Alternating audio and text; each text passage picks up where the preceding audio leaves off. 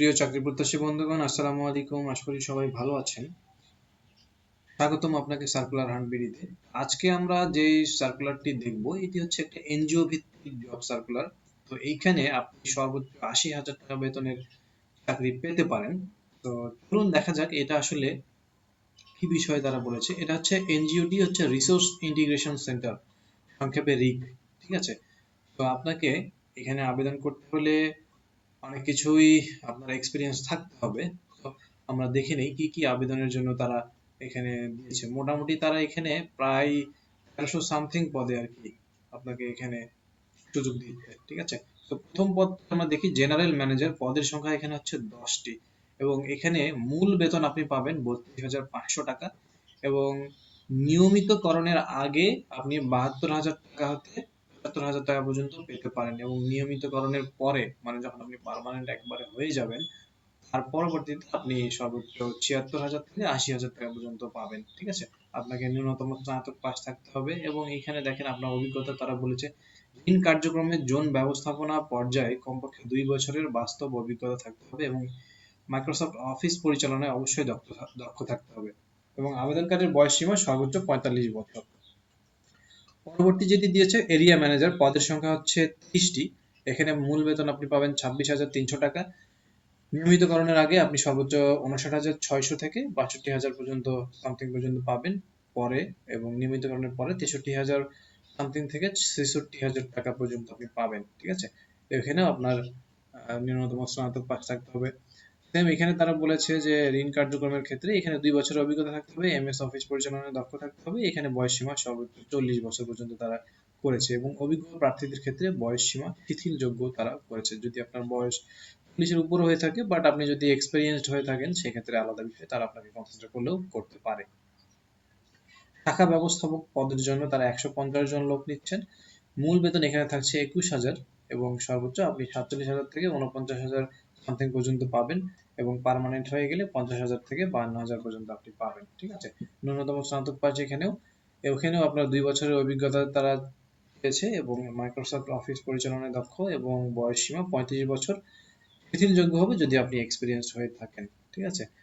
শাখা হিসাবকরণ কর্মকর্তা, পদের সংখ্যা এখানেও ১৫০। ঠিক আছে। এখানে আপনার ১৫,৭০০ টাকা আপনি মূল বেতন হিসেবে পাচ্ছেন এবং সর্বোচ্চ ৩৬,৫০০ থেকে ৩৭,৯৭০ পর্যন্ত আপনি নিয়মিতকরণের আগে পর্যন্ত পাবেন। পরবর্তীতে পার্মানেন্ট পর্যায়ে আপনি ৩৮,০০০ সামথিং থেকে ৪০,০০০ সামথিং পর্যন্ত আপনি পাবেন। ঠিক আছে। এখানে আপনাকে ন্যূনতম স্নাতক পাস থাকতে হবে এবং হিসাব বিজ্ঞানের স্নাতক অগ্রাধিকার দেওয়া হয়েছে। হিসাব বিজ্ঞানের ক্ষেত্রে তারা একটু অগ্রাধিকারটা বেশি দিয়েছে এবং এক্সপিরিয়েন্সটা যদি দেখি, ঋণ কার্যক্রমের হিসাব ব্যবস্থাপনায় ২ বছরের অভিজ্ঞতা, এমআইএস এন্ড এফআইএস প্রতিবেদন প্রস্তুতি পারদর্শী হতে হবে। ঠিক আছে। তাদের এটা অফিসিয়াল কার্যক্রমের জন্য তারা বলেছে যে এমআইএস এন্ড এফআইএস আপনি এটা সার্চ করলে দেখতে পাবেন। এবং মাইক্রোসফট অফিস পরিচালনায় অবশ্যই দক্ষ থাকতে হবে। আবেদনকারীর বয়স সীমা ৩৫ বছর। এখানেও শিথিলযোগ্য তারা করেছে যদি অভিজ্ঞ হয়ে থাকে। পরবর্তী পদের জন্য হচ্ছে ঋণ কর্মকর্তা এবং এখানে তারা ৫০০ জন নিচ্ছে। এটা অনেক বড় একটা পদের তারা এখানে লোক নিচ্ছে।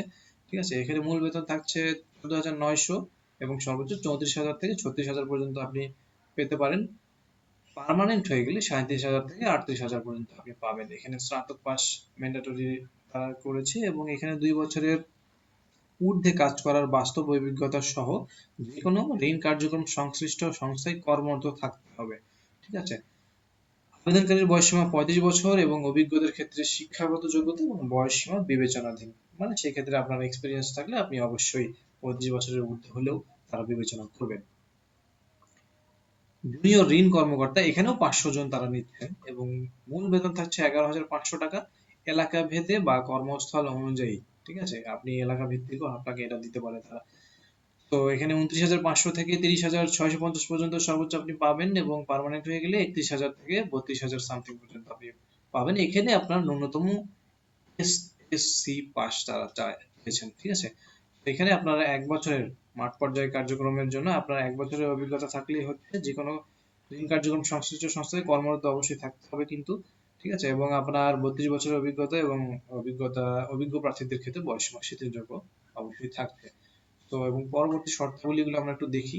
এখানে তারা কি বলছে, উল্লেখিত পদের জন্য ক্ষুদ্র ঋণ কার্যক্রমে চাকুরিরত থাকতে হবে, আপনাকে চাকুরি লেস থাকলে হবে না, চাকুরি ইন থাকতে হবে।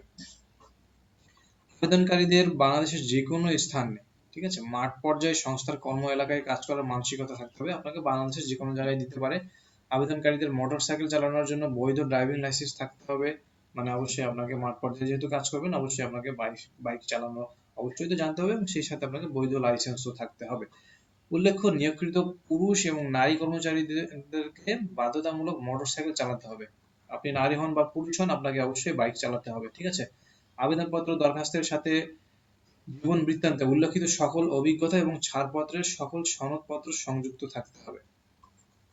নিয়োগপ্রাপ্ত ব্যক্তিদের যোগদানের তারিখ থেকে গ্র্যাচুইটির সময়কাল শুরু, স্বল্পসূচিত মোটরসাইকেল, সফট লোন সুবিধা, জ্বালানি খরচ, কমিউনিকেশন ভাতা, মোবাইল ও ইন্টারনেট বিল যেগুলো আছে, দূরবর্তী ভাতা, কর্মী কল্যাণ তহবিল নীতিমালা অনুযায়ী নিজ ও পরিবারের সদস্যদের চিকিৎসা খরচ সহ মোবাইল সিম, ল্যাপটপ লোন, ট্যাব লোন ইত্যাদি সুযোগ সুবিধা তারা প্রযোজ্য হবে। ইত্যাদি সুযোগ সুবিধা আপনাকে তারা দিচ্ছেন, ঠিক আছে। আপনি যদি এগুলো না থাকে, আপনি অবশ্যই পাবেন এই সুযোগ সুবিধাগুলো। 1 বছর পূর্ণ হবার আগে উৎসবের দিন পর্যন্ত আনুপাতিক হারে 3টি উৎসব ভাতা আপনি পাচ্ছেন এখানে।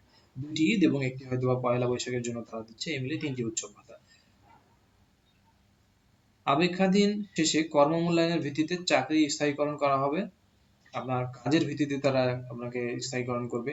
সংস্থা কর্তৃক প্রদত্ত অন্যান্য সকল সুযোগ সুবিধা, জীবনযাত্রার ব্যয় ভাতা, প্রভিডেন্ট ফান্ড লোন ইত্যাদি প্রযোজ্য হবে, ঠিক আছে। সুযোগ সুবিধা তারা মোটামুটি বেশ ভালো দিয়ে রেখেছে, যদি আপনি অ্যাচিভ করতে পারেন আর কি।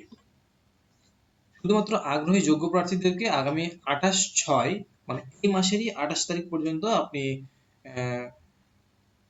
28 তারিখের মধ্যে পরিচালক রিসোর্স ইন্টিগ্রেশন সেন্টার মানে রিক বরাবর আপনাকে দরখাস্ত করতে হবে। যোগাযোগের জন্য সক্রিয় মোবাইল নম্বর সহ পূর্ণ জীবন বৃত্তান্ত, সকল শিক্ষাগত যোগ্যতা ও চাকরির অভিজ্ঞতা, সনদের সত্যায়িত ফটোকপি, জাতীয় পরিচয়পত্রের ফটোকপি, মোটরসাইকেল ড্রাইভিং লাইসেন্সের ফটোকপি, সদ্য তোলা 1 কপি পাসপোর্ট সাইজের পরিচ্ছন্ন ছবি সহ রেফারেন্স হিসেবে নিজ এলাকার একজন গণ্যমান্য ব্যক্তি ও বর্তমান চাকরি সংস্থার একজন ঊর্ধ্বতন কর্মকর্তার নাম, ঠিকানা, মোবাইল নাম্বার সংযুক্ত করে নিম্নোক্ত ঠিকানায় সংস্থার মানব সম্পদ ব্যবস্থাপনা ও উন্নয়ন প্রশাসনিক বিভাগ, রিসোর্স ইন্টিগ্রেশন সেন্টার রিক, বাড়ি নম্বর 88 এই অ্যাড্রেসে আপনাকে প্রেরণ করার জন্য তারা অনুরোধ করছে, ঠিক আছে। মানে আপনি ডাক বিভাগের মাধ্যমে এই ঠিকানায় আপনার সকল কিছু আপনার জীবন বৃত্তান্ত আছে, যা কাগজপত্র তারা চেয়েছে সবকিছু আপনি ডাক বিভাগের মাধ্যমে এই ঠিকানায় পাঠিয়ে দেবেন।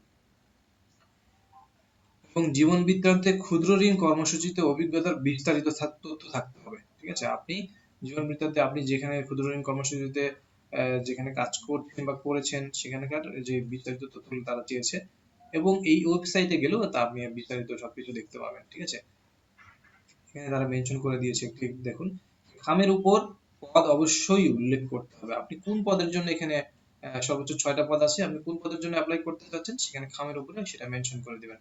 বিশেষ দ্রষ্টব্য হিসেবে তারা দিয়েছে যে নিয়োগ প্রক্রিয়ায় কোনো প্রকার আর্থিক লেনদেনের সুযোগ নাই। মানে আপনাকে কোনো আবেদন, সরকারি চাকরির ক্ষেত্রে যেটা আমরা আবেদন করতে গেলে একটা ফি দিতে হয়, এখানে আপনাকে কোনো ফি দিতে হবে না, ঠিক আছে। আপনি শুধু ডাক বিভাগের মাধ্যমে জিনিসগুলো পাঠিয়ে দিবেন। বিকাশ, রকেট, নগদ, মোবাইল ব্যাংকিং বা অন্য কোনো মাধ্যমে তারা কারোর সাথে কোনো আর্থিক লেনদেন না করার জন্য সংশ্লিষ্ট চাকরি প্রার্থীকে পরামর্শ দেওয়া হলো। মানে আপনাকে লেনদেন না করার আহ্বান জানিয়েছে, ঠিক আছে। তো কোনো এই ক্ষেত্রে টাকা পয়সা তারা নিচ্ছে না। তো আপনি যদি আগ্রহী হয়ে থাকেন এনজিও সেক্টরে কাজ করার জন্য বা অলরেডি কাজ করছেন, তাহলে আপনি এই পদের জন্য আপনি আবেদন করতে পারেন, ঠিক আছে। তো আজকের বিষয়টি এই পর্যন্ত। তো দেখা হবে পরবর্তী কোনো সার্কুলার ভিডিওতে। সবাই ভালো থাকবেন। আসসালামু আলাইকুম।